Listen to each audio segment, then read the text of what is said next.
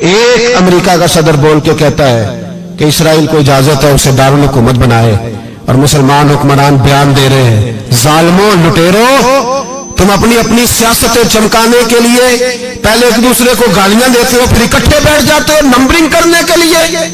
تم دین کے اس مسئلے میں سارے اکٹھے کیوں نہیں بیٹھے؟ سارے پاکستان کے سیاستدانوں کو، علماء اور مشائخ کو چاہیے تھا ایک پیج پہ اکٹھے ہوتے، اکٹھے بیٹھ کے ایک بیان ہی دے دیتے، ایک بات ہی کر دیتے۔ پھر میرا سلوٹ ہے ترکی کے صدر کو، پھر میرا سلوٹ ہے ترکی کے صدر کو۔ اس نے بہت عرصہ پہلے کہا تھا مسجد اقصی میری خواب میں آئی تھی اور رو کے کہتی تھی آئے مجھے کوئی صلاح الدین ایوبی کا ماننے والا، کوئی آئے مجھے بچائے۔ کہتے میری خواب میں آئی تھی اور روتی تھی، کہتی تھی کوئی آئے۔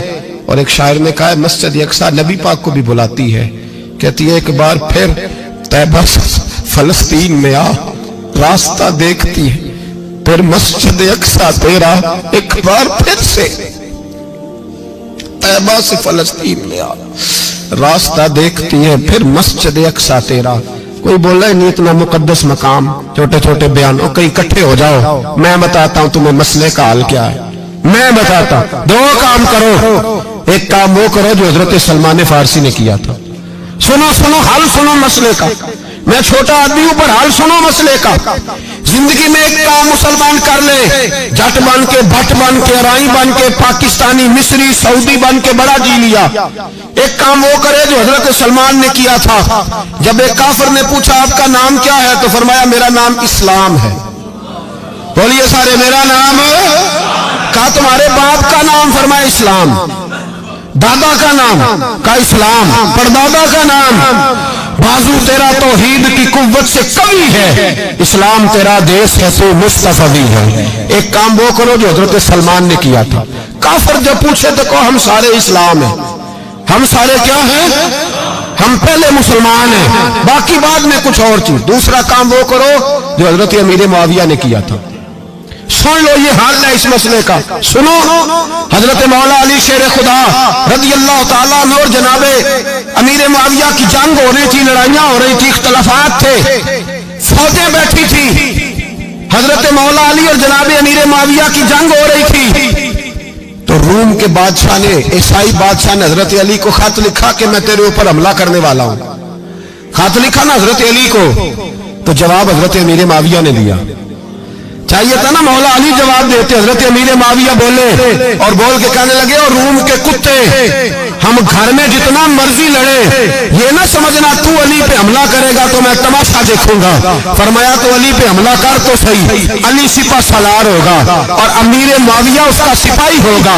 گھر میں جتنا مرضی لڑے پر رسول اللہ کے نام پہ ہم اکٹھے ہو جایا کرتے، یہ رسول اللہ کا دین ہے، اس پہ ہم اکٹھے ہیں، یکجان ہیں۔ فرمایا علی سپہ سالار ہوگا اور امیر معاویہ سپاہی ہوگا، اکٹھے نکلیں گے اور کفر کو بتائیں گے کہ اگر تم مسلمانوں کی طرف دیکھو گے پھر ہم یکجان ہیں، پھر ہم، بولیے پھر ہم گنبد خضرا کے سائے تلے ایک ہیں، ایک ہیں، ایک تھے اور ایک رہیں گے۔ اس لیے یہ دو کام اگر مسلمان کرے، دو کام، ٹھیک ہے اختلاف ہو گئے، بڑا کچھ ہو گیا، لیکن ان سے کہیں کہ جب تم آؤ گے تو پھر ہمیں علیحدہ علیحدہ نہیں پاؤ گے، پھر ہمیں تم اکٹھے پاؤ گے، اکٹھے میدان میں نکلیں گے۔ اور کوئی اتنی لمبی چوڑی بات نہیں، میں کیا کروں، میرا تو آئیڈیل بنتا جا رہا طیب اردگان۔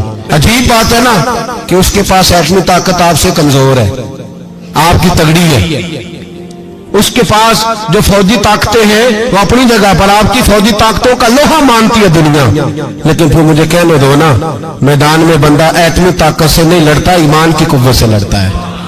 اور بول اٹھا ہے نا، کیا کر لیا اس نے اپنی پارلیمنٹ سے خطاب کیا ہے، مطالبہ ہے، علماء سے گزارش ہے، مشائخ سے گزارش ہے، ہر مکتبہ فکر کے آدمی سے گزارش ہے، علماء اور سیاستدانوں سے اپیل ہے کہ پارلیمنٹ کا مشترکہ اجلاس بلائیں، مشترکہ، اس میں ہر سیاسی جماعت کا لیڈر بیٹھے اور اکٹھے بیٹھ کے ان کو یہ میسج دیں کہ بازو تیرا توحید کی قوت سے قوی ہے، اسلام تیرا دیس ہے تو مصطفی، اور ان کو بتائیں کہ ہزاروں قومیں وجود میں آئیں، دہر میں خشک و تر کے رشتے سے ہم نے بنیاد دوستی رکھی، یاد خیر البشر کے رشتے